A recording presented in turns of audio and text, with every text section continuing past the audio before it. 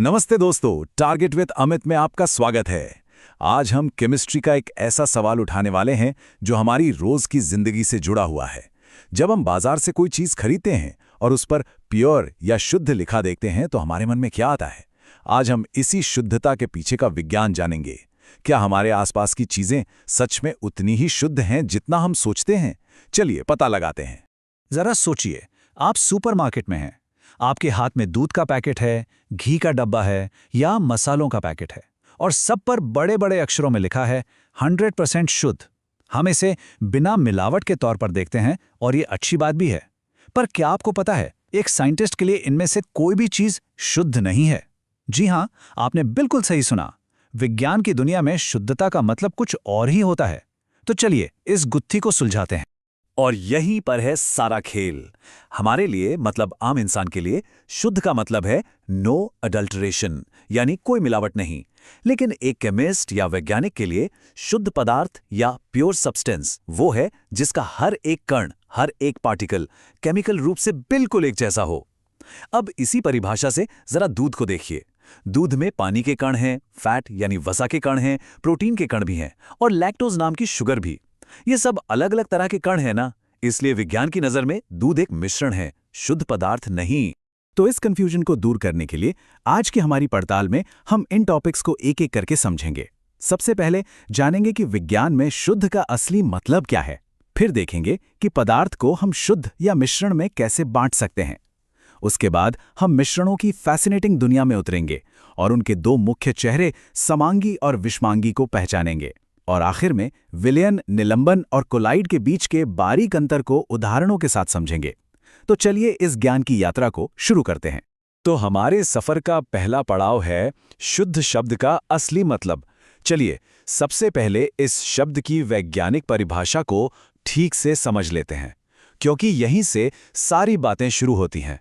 जैसा कि हमने अभी अभी बात की, वैज्ञानिक परिभाषा के अनुसार एक शुद्ध पदार्थ वो है जो सिर्फ और सिर्फ एक ही तरह के कणों से मिलकर बना हो। कल्पना कीजिए कि आप चीनी के एक दाने को अरबों गुणा बड़ा करके देख पा रहे हैं। आपको सिर्फ चीनी के मॉलिक्यूल ही दिखेंगे और कुछ नहीं। हर कण की केमिकल बनावट एक जैसी होगी। सोना, लोहा, साधारण नमक या शुद्ध पानी, ये सब शुद्ध पदार्थों के बेहतरीन उदाहरण। और इसके ठीक उल्टा होता है मिश्रण या मिक्सचर। मिश्रण तब बनता है जब दो या दो से ज्यादा शुद्ध पदार्थ बस फिजिकली एक साथ आ जाते हैं। सबसे जरूरी बात यह है कि वे आपस में कोई केमिकल रिएक्शन नहीं करते, वो बस एक ही बर्तन में मौजूद होते हैं। इसे ऐसे समझिए, जैसे एक सलाद का कटोरा जिसमें खीरा, टमाटर, प्याज सब साथ में तो हैं, पर वे मिलकर कोई नई सब्जी नहीं बन गए। वो अपनी पहचान बनाए रखते हैं और हम चाहें तो उन्हें अलग भी कर सकते हैं। अब जब हम परिभाषा समझ गए हैं तो चलिए अपने आसपास की दुनिया पर नजर डालते हैं और चीजों को इन दो श्रेणियों में बांटना सीखते हैं। ये है हमारी जांच का दूसरा कदम। यहां देखिए अंतर कितना साफ है। बाईं ओर हमारे पास शुद्ध पदार्थ हैं, चीनी यानी सुक्रोज और नमक यानी सोडियम क्लोराइड। इनके हर कण का केमिकल फॉर्मूला एक ही है। लेकिन दाईं ओर मिश्रण है। समुद्री जल को ही ले लीजिए, इसमें पानी है, नमक है और ना जाने कितने दूसरे मिनरल्स भी घुले हुए हैं। मिट्टी में चट्टानों के कण, रेत और जैविक पदार्थ मिले होते हैं। और दूध के बारे में तो हम बात कर ही चुके हैं कि वो पानी, फैट और प्रोटीन का एक मिश्रण है। अब कहानी और भी दिलचस्प होने वाली है। सारे मिश्रण एक जैसे नहीं होते, कुछ पूरी तरह घुल मिल जाते हैं और कुछ अपनी अलग पहचान बनाए रखते हैं। चलिए मिश्रण के इन दो मुख्य प्रकारों या कह सकते हैं कि दो चेहरों को समझते हैं। मिश्रणों को हम मुख्य रूप से दो प्रकारों में बांटते हैं। पहला है समांगी मिश्रण या होमोजीनियस मिक्सचर। होमो का मतलब है एक जैसा। इस मिश्रण में सारे कंपोनेंट्स इतनी अच्छी तरह घुल मिल जाते हैं कि हम उन्हें अलग अलग नहीं देख सकते। पूरा मिश्रण एक जैसा दिखता है। दूसरा है विषमांगी मिश्रण या हेटेरोजीनियस मिक्सचर। हेटेरो का मतलब है अलग अलग। इसमें कंपोनेंट्स अपनी अलग पहचान बनाए रखते हैं और हम उन्हें आसानी से पहचान सकते हैं। सबसे क्लासिक उदाहरण से समझते हैं। जब हम पानी में नमक घोलते हैं तो थोड़ी देर बाद नमक गायब हो जाता है। पता है क्यों? क्योंकि पानी के मॉलिक्यूल्स नमक के कणों को चारों तरफ से घेर लेते हैं और पूरे पानी में एक समान रूप से फैला देते हैं। हम देखकर नहीं बता सकते कि नमक कहाँ है और पानी कहाँ। ये एक समांगी मिश्रण है। लेकिन जब हम पानी में तेल डालते हैं तो क्या होता है? तेल पानी के ऊपर एक अलग परत बना लेता है, क्योंकि तेल और पानी के मॉलिक्यूल्स एक दूसरे में मिक्स नहीं होते। हम साफ साफ तेल और पानी को देख सकते हैं। ये एक विषमांगी मिश्रण का बेहतरीन उदाहरण है। अब हम अपनी जांच के सबसे दिलचस्प हिस्से में आ गए हैं। अब हम मिश्रणों को उनके कणों के आकार के आधार पर 3 और महत्वपूर्ण कैटेगरी में बांटेंगे: विलयन, निलंबन और कोलाइड। ये तीनों शब्द आपने जरूर सुने होंगे। चलिए आज इनका मतलब पूरी तरह से साफ कर लेते हैं। सबसे पहले है विलयन या सॉल्यूशन। देखिए, विलयन एक समांगी मिश्रण होता है। इसकी सबसे बड़ी पहचान ये है कि इसमें घुले हुए कण, जिन्हें हम विलेय यानी सोल्यूट कहते हैं, बहुत ही ज्यादा छोटे होते हैं। 1 नैनोमीटर से भी छोटे, इतने छोटे कि हम उन्हें माइक्रोस्कोप से भी नहीं देख सकते। और क्योंकि ये कण इतने छोटे हैं, अगर हम इन पर टॉर्च की रोशनी डालें तो रोशनी सीधे पार हो जाएगी, फैलेगी नहीं। नींबू पानी या चीनी का घोल इसके सबसे अच्छे उदाहरण है। दूसरा है निलंबन या सस्पेंशन। ये एक विषमांगी मिश्रण है। इसमें कण विलयन के मुकाबले बहुत बड़े होते हैं, इतने बड़े कि हम उन्हें अपनी आंखों से देख सकते हैं। ये कण घुलते नहीं, बल्कि बस लिक्विड में तैरते रहते हैं या सस्पेंडेड रहते हैं।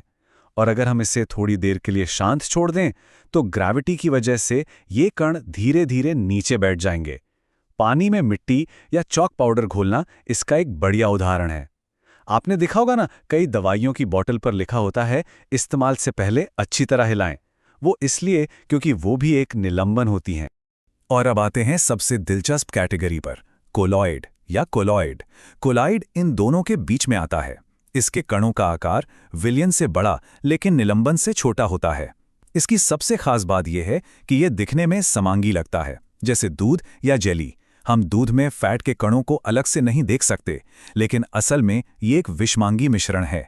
इसके कण इतने बड़े होते हैं कि वो प्रकाश को फैला सकते हैं, लेकिन इतने भी भारी नहीं होते कि वो नीचे बैठ जाएं। तो सवाल ये है कि अगर दूध, जो एक कोलॉइड है, और नमक का पानी, जो एक विलयन है, दोनों देखने में एक जैसे लगते हैं, तो हम उनमें फर्क कैसे करेंगे? इसका जवाब एक बहुत ही शानदार असर में छिपा है, जिसे हम टिंडल प्रभाव या टिंडल इफेक्ट कहते हैं।